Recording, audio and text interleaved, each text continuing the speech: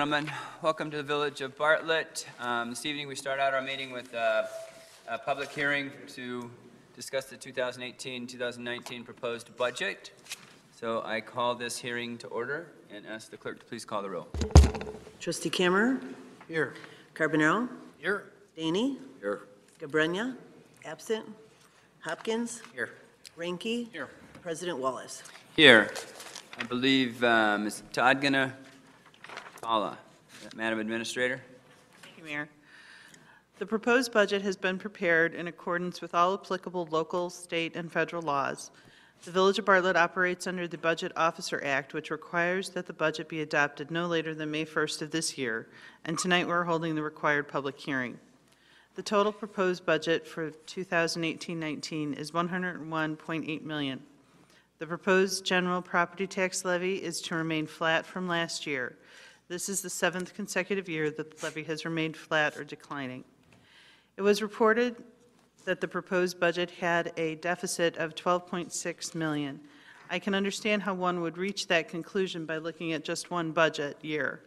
However, that's not the complete picture. Increases and decreases in fund balances are associated with special capital projects planned over multiple budgets. The police department construction is a good example. In 2016, we issued bonds for the new police station, and now that it's under construction, this proposed budget shows the spending of those proceeds from the bonds. Simply put, the revenue came in previous years, and now we are seeing the expenses. The capital projects portion of the proposed budget is $56.8 million. $29 million of that amount is for the Lake Michigan Water Project, and $9.2 million is for the police department construction. The projects include, other projects also include annual street maintenance program and the wastewater improvements. The total operating budget is $45 million, which is an increase of 6.8% over last year. A little over 2/3 of the operating expenditures are for public safety and public works, which includes streets, water, sewer, and parking. The remaining third is divided among general government, golf, and debt. The proposed budget under consideration is balanced, and this was accomplished through reductions of expenditures in every department, full evaluation of revenue sources, and the use of fund balance reserves within our stated policy limits. And we'll be happy to answer any questions that you may have. Thank you, Madam Administrator. Is there any written or oral statements from anyone from the public? Anyone from the board?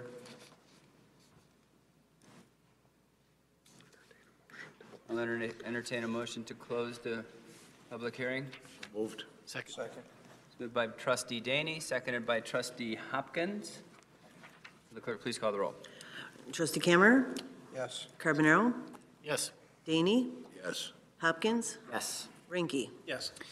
The hearing is adjourned. Board meeting for March 20, 2018. I call this meeting to order and again ask the clerk to call the roll. Trustee Kammerer? Present. Carbonaro? Here. Daney? Here. Gabrenya? Absent. Hopkins? Here. Ranky? Here. President Wallace. Here, we have requested Pastor Ryan Collins from Poplar Creek Church do our invocation this evening. Pastor Collins, thank you for being here. Let's go ahead and pray. Holy Father, we thank you, first of all, for waking us up this morning and the great blessing it is to have another day to live and serve you, and just the many blessings that you continuously pour down on us, the blessing of life, a measure of health, the ability and opportunity to live out your will and your calling for our life, relationships, sustenance, and freedom. And we thank you for our village president and the trustees. We thank you for their service to this community. We ask that you would bless them for their leadership and their commitments, but we also ask that you would bless their families as well for their sacrifice for public service. And Lord, we pray that as we gather this evening to discuss matters concerning the Village of Bartlett, we ask that you would give each trustee the wisdom to rule and govern according to your will and for the common good, that you would give them keen insight and discernment to do what is good and fitting, and that you would give them the ability to work together in harmony for the benefit of this community. And so, Lord, we pray for the agenda set before them this evening. Give them understanding and assurance of what would please you and what would most of all benefit those who live and work in the Village of Bartlett. And we pray this in Jesus' name. Amen. Amen. Thank you, Pastor Collins.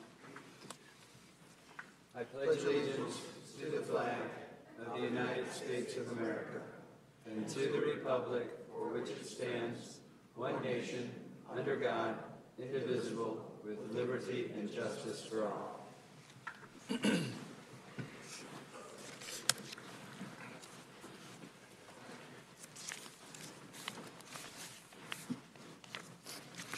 Brings us to our consent agenda this evening. All items listed with an asterisk will be considered acted in one motion. There'll be no separate discussion on items on the consent agenda. At this point, is there anything a board member would like to add to the consent agenda?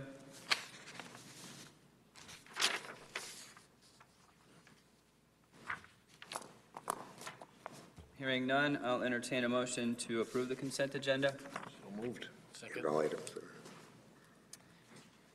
Moved by trustee Daney, seconded by trustee Carbonaro. Will the clerk please call the roll? Trustee Daney? Yes. Hopkins? Yes. Ranky? Yes. Camera? Yes. Carbonaro? Yes. The motion carries. Next item we have this evening is our treasurer's report. Mr. Treasurer? Thank you. In your packet this month is the Treasurer's Report for January. It has the highlights of the income and expense for the month, year-to-date. Also has the MFT receipts for December compared to last year's December. This year we received $91,055 compared to $97,757. The IML has actually lowered their projection for this year slightly, but still should be close to budget. Also included is the sales tax report through November. We received $221,599 compared to $207,000 last year, so it's up 14%. Sales tax is still up and on budget for this year. I'd be happy to answer any questions if you have any at this time. Thank you, Mr. Treasurer. Next item is the President's report. There is none this evening. Any questions that the board has for staff?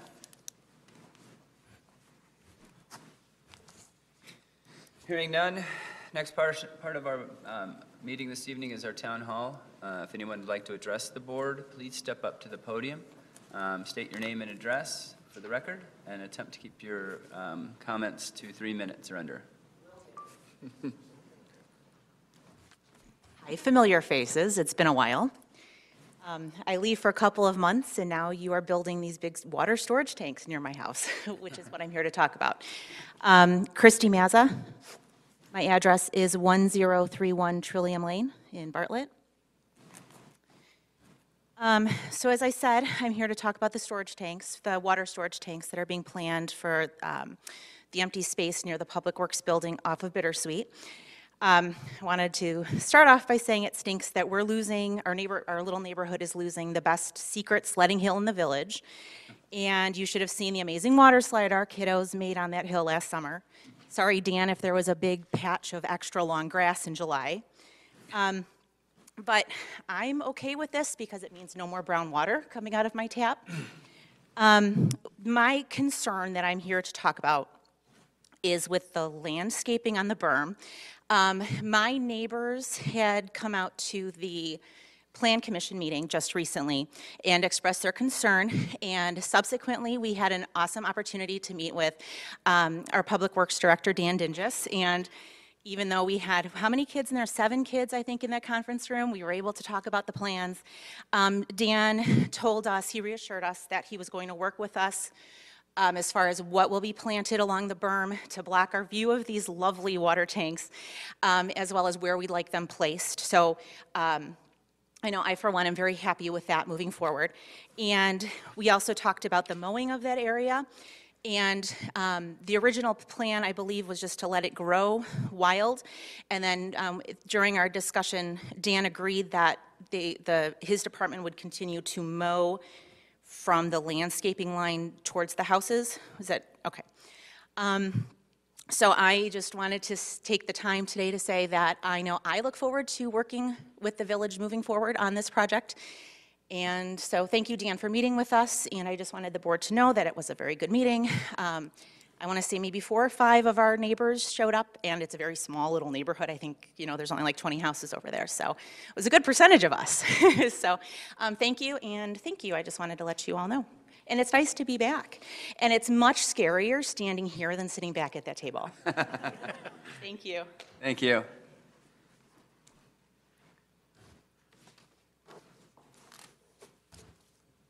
Dan, if you build it up enough, maybe we could create a new ski hill. Good evening. I like that idea. Good evening. Hi, I'm John Elenardo with Frederick Quinn Company. Just here for a couple seconds again to update you on the status of construction on the police department. Things are going quite well on the inside of the building. We're putting ceramic tile up and ceilings and lights and finishing heating equipment, and casework is going in. And I think today we started putting terrazzo in the lobby. So the inside of the building is really starting to finish out. And as you can see now on the outside of the building, the brick on the outside of the building is done. We'll start installing windows tomorrow. And as the weather has turned around, we started to get ready to do the site work portion of the project that's going to be completed for this phase. The paving on the north side of the building and the concrete curbs and gutters are all things that you'll see going in over the course of the next couple of months. Or in the next couple of, not months, we don't have a couple months left, we have the next few weeks. We're on schedule for the police department to move in the last week of May. And they're working on their plans to do that for the phase 1 portion of the project. So there's still a phase 2 portion of the project that doesn't finish until the end of the year, but we committed to a move-in date, and the police department is in earnest planning their part of the process. So be happy to answer any questions you have with regards to progress. How are we doing budget-wise? We still are under the guaranteed maximum price, and the guaranteed maximum price continues to have reasonable contingency and allowance for the rest of the job. We're on budget. Thank you. Thank you for being here. Good night. Would anyone else like to address the board at this time? Hearing none, we'll move on to our standing committee reports this evening. The first standing committee report is under Building and Zoning Committee. Chairman Hopkins. Thank you, President Wallace. We have one item on our agenda tonight. That's 165 West Oak Glen Drive. It's a variance request. The petitioner is requesting 2 variations, a 1-foot reduction from the required 35-foot yard setback, a 9-foot reduction from the required 55 rear yard setback to bring the existing house into conformance to allow for a building permit to be issued for the construction of a new two-car garage and entry. The original zoning on the property was done in 1964, was an R1 single-family residential district. During the comprehensive rezoning of the village in 1978, the property was rezoned to an SR2, and the 55-yard rear setback was established. Previously, the rear yard setback was 35, and the house met the requirement. This zoning change made the existing house a non-conforming structure. The Zoning Board of Appeals recommended approval of this at their March 1st meeting. So with that, I will move to approve ordinance 2018-17, an ordinance granting the front and rear yard variations for 165 West Oak Glen Drive. I'll second that. Moved by Trustee Hopkins, second by Trustee Daney. Is there any discussion?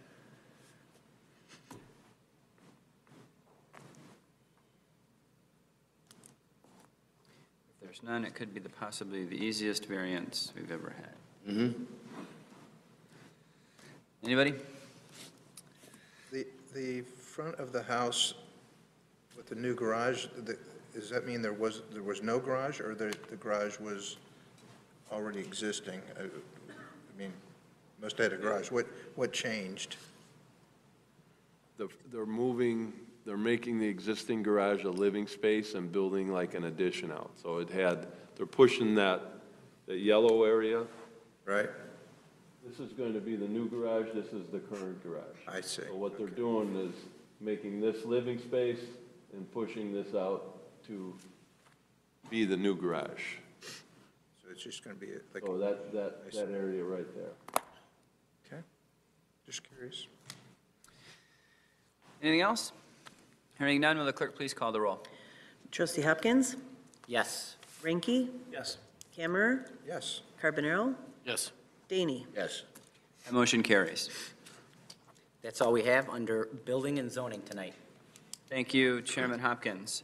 Next item on our standing committee reports this evening is under Community and Economic Development Committee. Chairman Gabrenya is absent this evening. She has nothing on her agenda.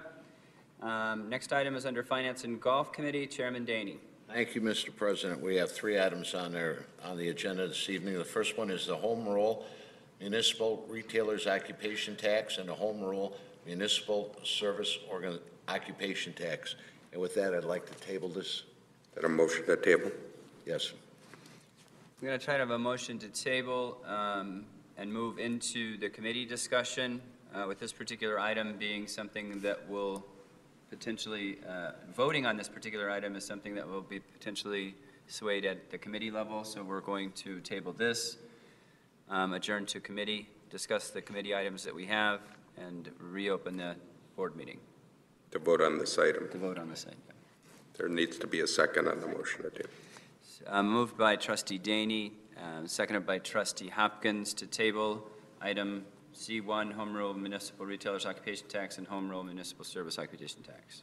The clerk, please call the roll. Trustee Ranky, Yes.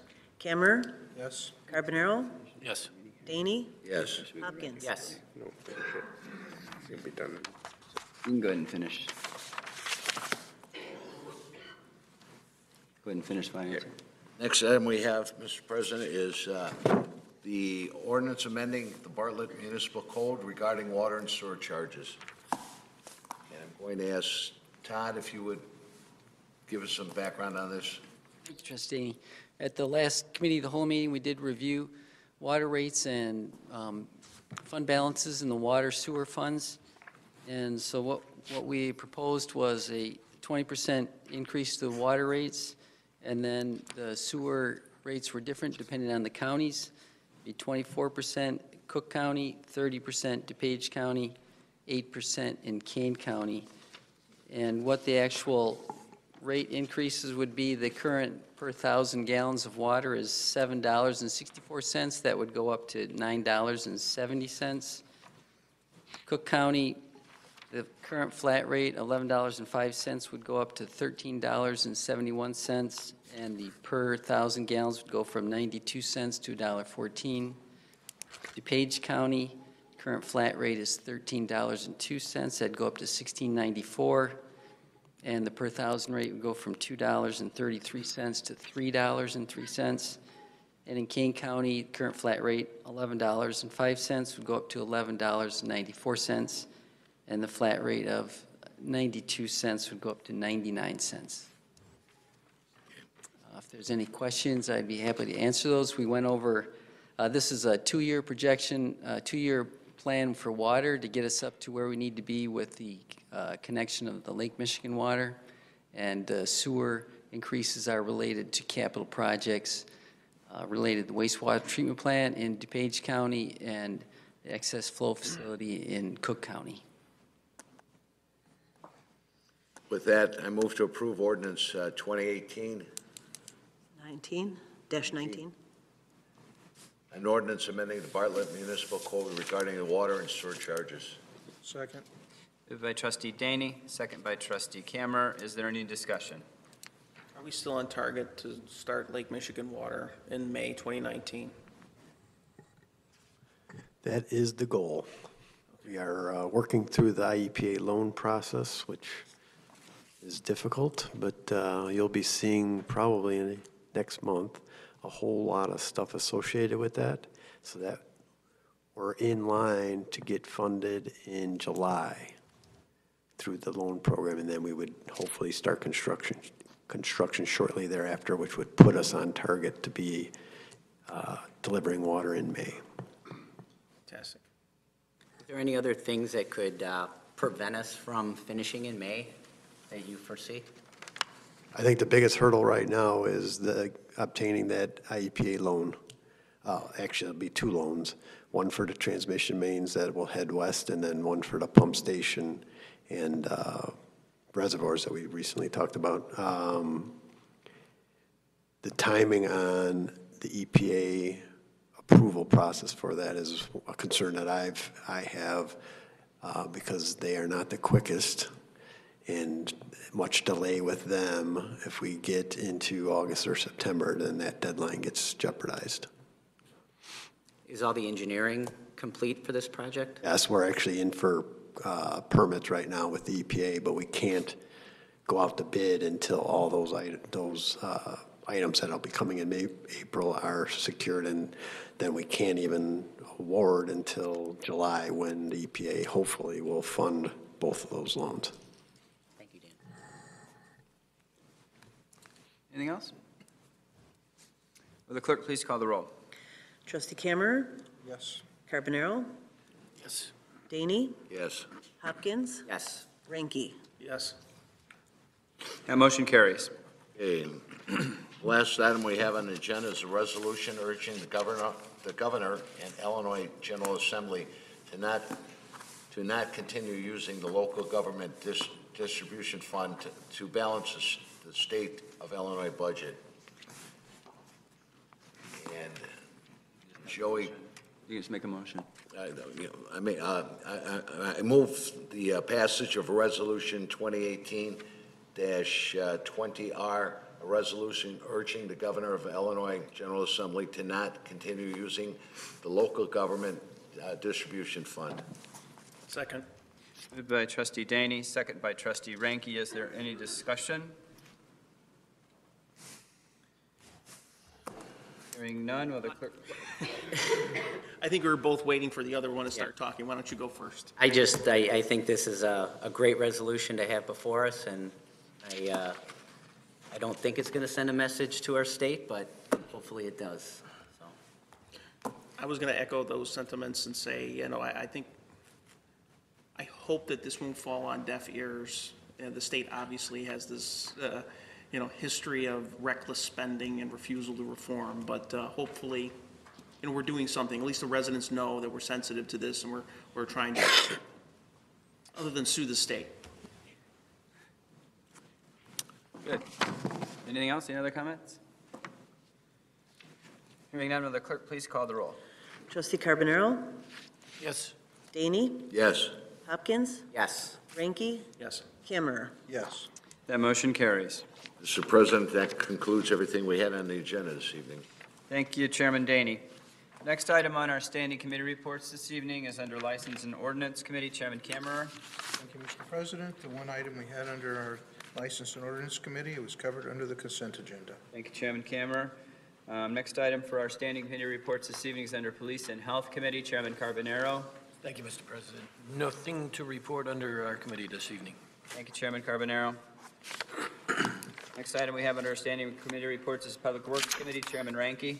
Thank you, Mr. President. We have one item remaining, the ordinance approving a second site plan amendment granting special use permits to allow for two 1.5 million gallon potable water storage tanks, a Lake Michigan water receiving station, and a metering facility at the Public Works Complex at 1150 Bittersweet Drive. And I suppose I would have been better served to just make the motion. So I'd move to approve ordinance 2018-21. An ordinance approving a second site plan amendment granting special use permits to allow for two 1.5 million gallon potable water storage tanks, a Lake Michigan water receiving station, and a metering facility at the Public Works Complex at 1150 Bittersweet Drive. I'll second that. By trustee Kammerer, or trustee Ranky, second by trustee Kammerer. Is there any discussion? I guess a couple of questions. I was looking at Exhibit B to the application, what you have right up there. And it seemed to me that, and I know Dan and I talked a little bit about this, but it doesn't seem like that's an awful lot of screening to me. Do you think that that's going to be sufficient? Is this a work in progress? What kind of process do you envision? It's definitely a work in progress. As I work with the neighbors, William, we met with them last Thursday, and we actually were up on top of the berm and trying to describe where the tanks were going to be in that. One thing that we determined was we're going to actually go out there and locate, we'll paint on the grass where these tanks will be along with the building. And then I'm going to let the neighbors know that it's marked, and then they're going to go out there on top of the berm and actually kind of look at, from their yard, where those tanks, if they were to envision the tanks sticking up in the air, where those trees would be best placed. I'm going to give them stakes so they can pretty much, I gave them a list of trees that are available, and I'm open to looking at other trees as well. But they'll be able to put a stake in the ground where they want a tree planted. And our plan is this spring, when our tree contractor that's doing the parkway trees, we would have him plant those trees at the same time. We already have pricing on some of the spruces that the residents seem interested in, and I think the bald cypress was another tree that they were interested, but, I mean, that's still all to be determined. It sounds like a fantastic collaborative process, and thank you for working so well with the residents. Thank you. Can I just ask on the one picture that actually shows like an aerial view? Can you pull that up, Jim? No. The one with the little house, the houses outlined in it. Yeah, that one. The berm itself, how close is it? Is it up to that line right behind the houses? Or is it just going to be kind of closer to the tanks? The toe of the berm starts at our north property line, then it goes up at least 10-plus feet, and then it slopes down towards the tanks. And are we thinking of building that berm up even higher than the 10 feet it is currently, or? No, we don't plan on making it any higher. We will probably add some of the spoil from the construction on the site. We'll add to the berm, but we're not necessarily going up with the berm, only because slopes then start to get a little bit on the steep side.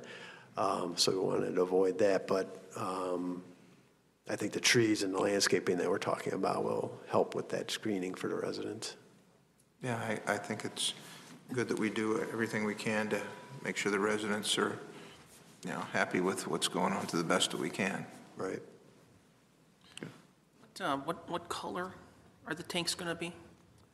The color will be navy blue, well, assuming we're basing it on a manufacturer that's here in the DeKalb area, Aquastore. They have a navy blue tank. We actually have 2 tanks on our site already that are used on the wastewater side. It's the same type of tank. It's a glass lined, so we do not have to paint it, which is very nice.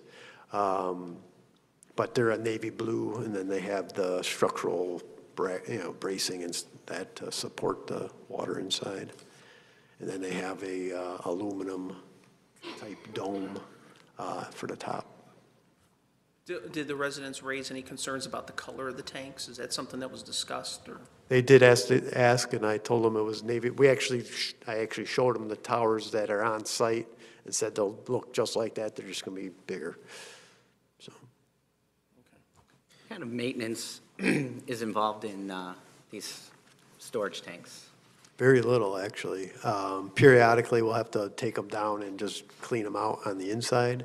On the outside, I envision very little. I mean, we haven't done much maintenance at all on the ones that we've had down there for, they've probably been there 30, 40 years now, so very little maintenance. I don't suppose solar panels on top of the water towers would work? You'd have to look at structural load on the roof then, and it'd probably add to the height, so I don't think we want to go there. What would you say the useful life of the structures is going to be? I mean, are we looking at 50-year tanks or 40-year tanks? We're looking over 50. Fantastic. Anything else? I don't have anything. All right, thank you. Will the clerk please call the roll? Trustee Daney? Yes. Hopkins? Yes. Ranky? Yes. Cammer? Yes. Carbonaro? Yes. The motion carries. Keep waiting for a group.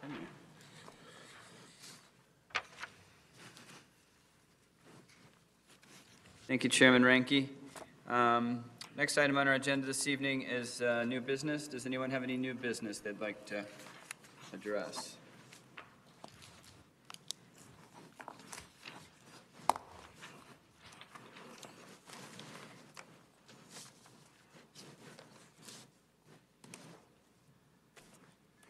Any questions? Anybody has for the board, or for the staff, I mean?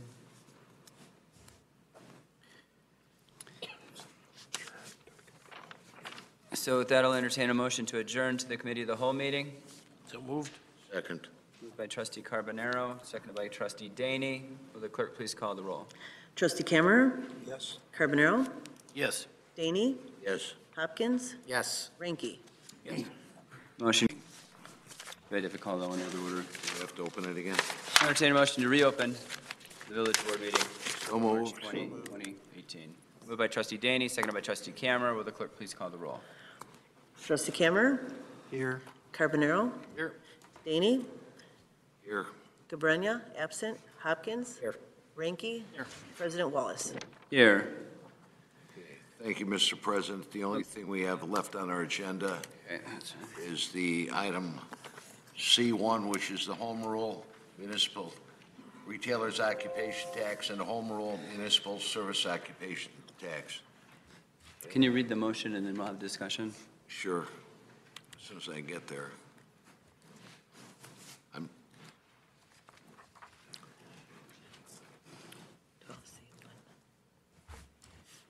Two.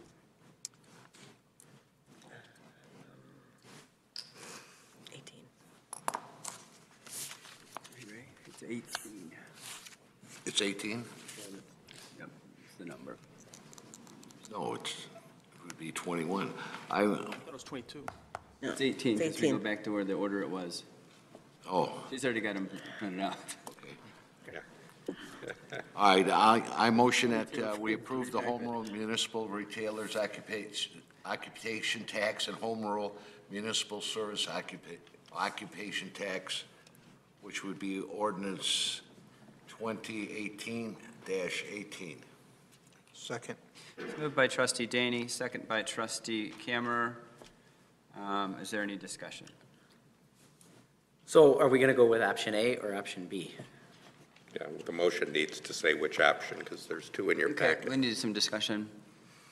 Well, ideally, that Well, would at be least a motion, but A motion on one. Okay, which one are you motioning for, Ray? I'm going to motion for the option, oh, I get my choice. I'm impressed. Thank you very much. I want the option B. I want 1%. Can I get a second for that? I'll second it. Moved by trustee Daney to approve option B, ordinance home rule sales tax at 1%, and it was seconded by trustee Carbonaro. Is there any discussion? Well, my concern, if there is a concern, is, can we talk about the other one in the process of talking about the Yes. 1%? We can? All right.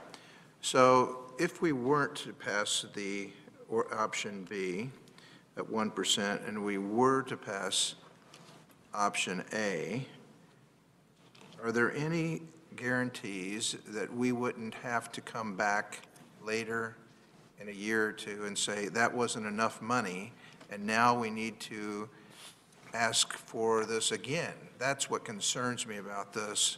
And I just don't know what your thoughts as an administration are on this, as far as, is that a possibility? Trustee Cameron, thank you very much for asking that question, because that's been a concern of mine ever since we started looking at this. Right. Right. Well, that's, I mean, because if you say, no, we could get by on 0.75% increase, and that would, there wouldn't be any need for it, then we obviously don't need a 1%. However, if you flip that whole equation and you say, no, there's a likelihood we'll have to come back, well then, I don't want to come back again and do this again. Here's my qualified answer. The 0.75% is the bare minimum to shore up the budget in a sustainable manner so you're not taking away from reserves. But that does not contemplate eliminating the utility tax. If you want to eliminate the utility tax entirely, I would be more comfortable with the 1% in saying you won't have to come back.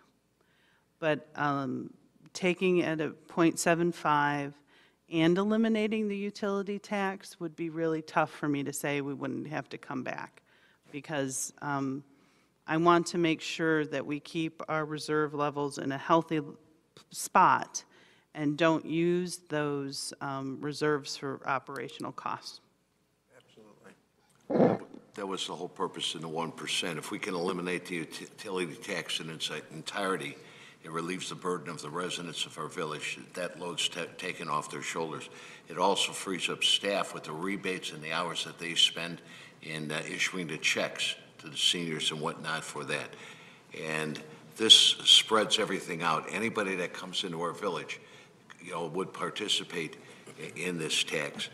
And, and the residents would basically have a choice also, but they're relieved of that entirety with the utility tax.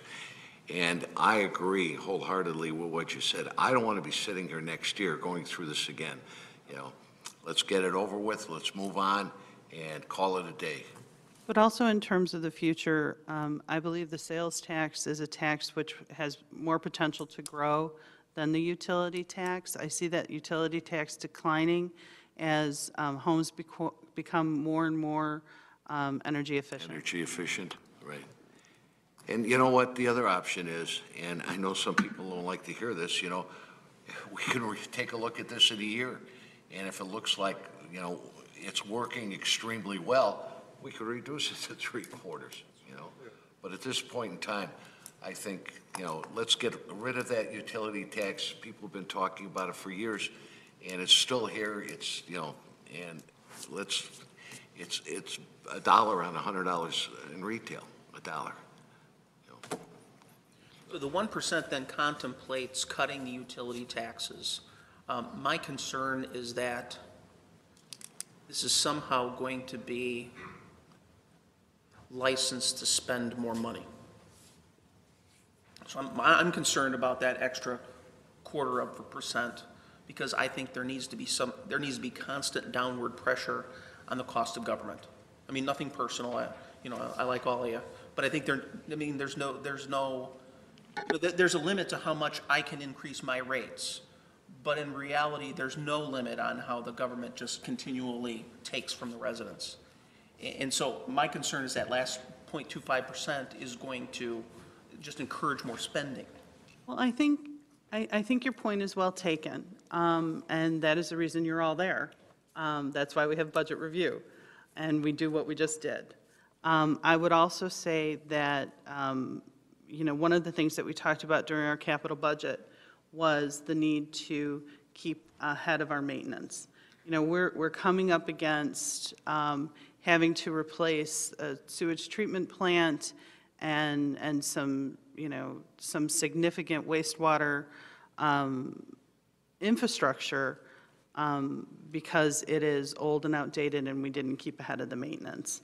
I don't want to be sitting here saying, we haven't maintained our streets, we have to bond out for streets again, after a 3-year road program.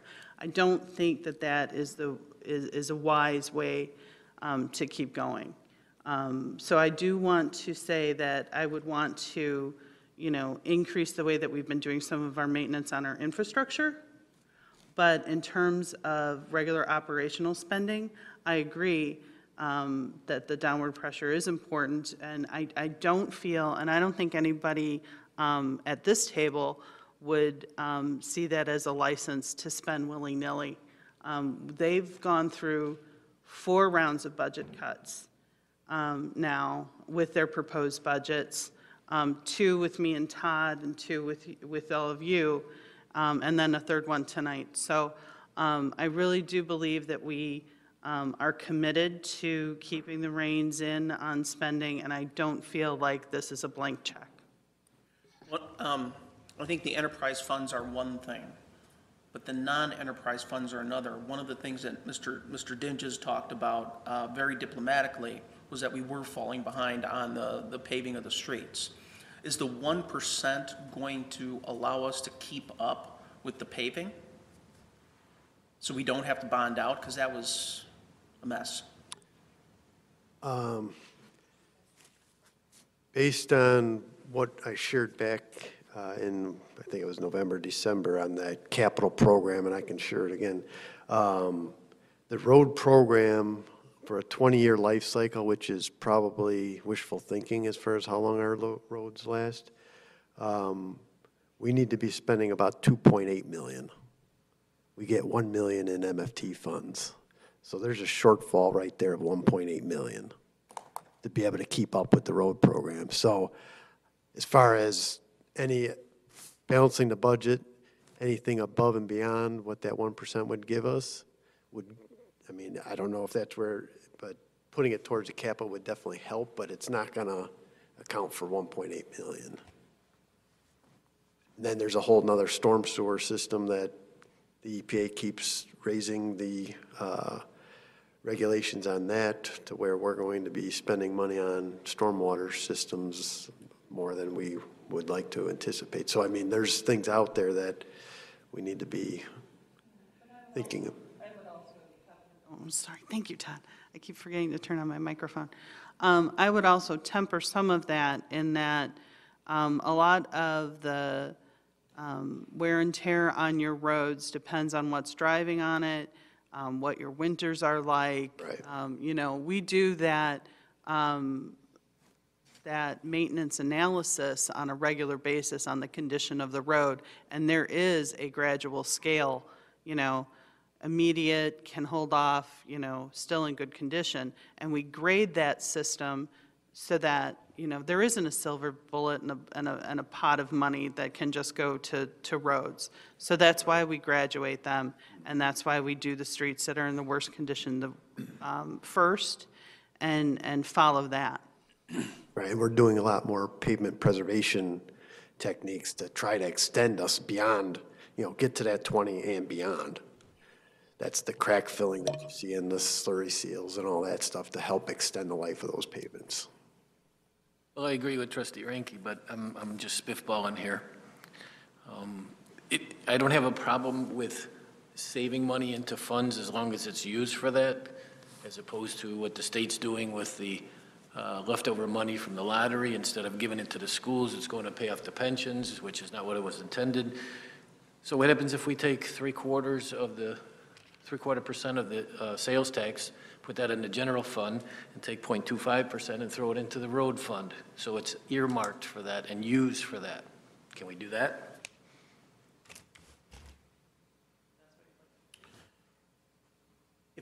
If we're going to pass this, the 1%, then I would suggest that we earmark some of that revenue for the repair of the roadways. If we're that far behind, we should definitely I'm sorry. Mm-hmm. Yeah, I think we should earmark the increase for the roadways. I mean, it's literally and figuratively a concrete example of what we need to be, and what we're here for. You know, it's one of those core services, rather than, you know, fancy software or things of that nature. But that would be for roadways alone. We're not talking about capital improvements, like I mentioned several weeks ago, where my vision for the town would be to have a overpass over in West Bartlett Road over the railroad tracks. We're not talking about using this sort of money for something like that as well, are we? No, this would be for existing roadway Existing repairs. roadways. Whether it's a repair or replacement of the pavement, or just to keep up so that we don't find ourselves 20 or 30 years down the road. Where again, we're with at the right now. funds. Right. Sorry.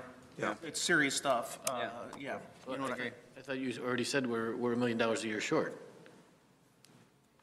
We're getting 2.8. We're doing $2.8 million in repairs. We're getting $1 million from the MFT. Right. If you wanted to keep on a 20-year cycle, the estimated cost is 2.8 million a year, and we're putting $1 million in per year right now. So we're still short. I think the sales tax is a great. As Paul said, we are doing all the pavement preservation techniques and all that stuff to try to extend the life, which helps bring the cost down. So hopefully that 2.8 comes down, and if we raise the 1 million up whatever amount, then you're getting closer and closer to getting to where you need to be. I think the 1% sales tax is a great solution to get rid of the utility tax. I think, even from my standpoint and from a lot of the residents that I talk to, they do not like the utility tax. I know you guys put in the memo, it's on average $27 per resident per year, but that could fluctuate extremely high for some residents, and it's nowhere near that $27.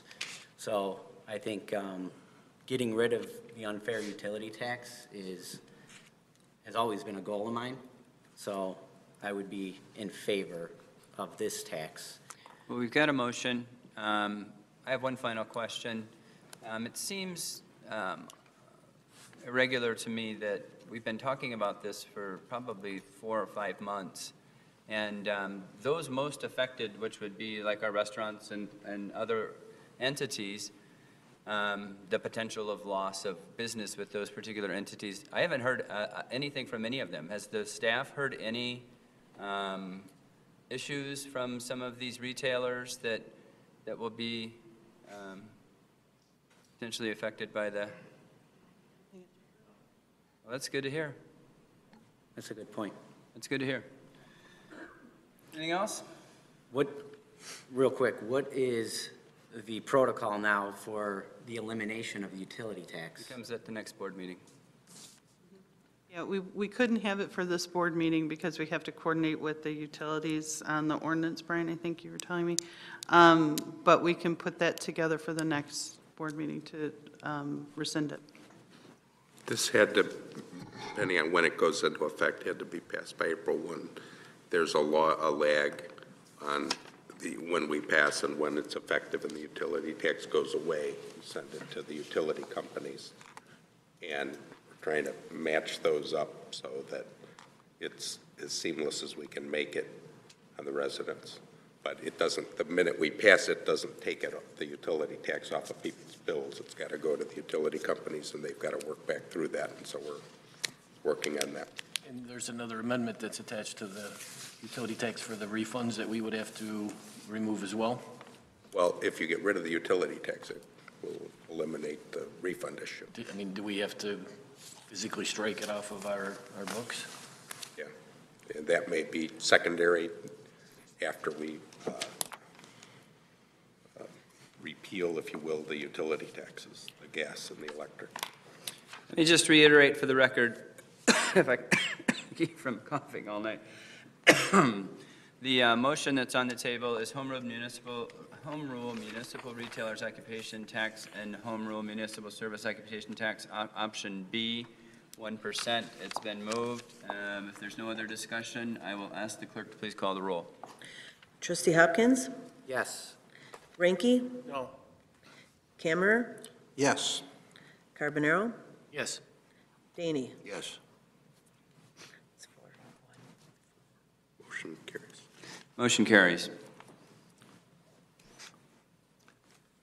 Mr. President, that's all we had on our agenda for this evening. That will be the end of our board meeting. I'll entertain a motion to adjourn. So moved. Second. Moved by Trustee Kammerer, seconded by Trustee Carbonaro. Will the clerk please call the roll? Trustee Kammerer? Yes. Carbonaro? Yes. Daney? Yes. Hopkins? Yes. Ranky? Yes. We are adjourned.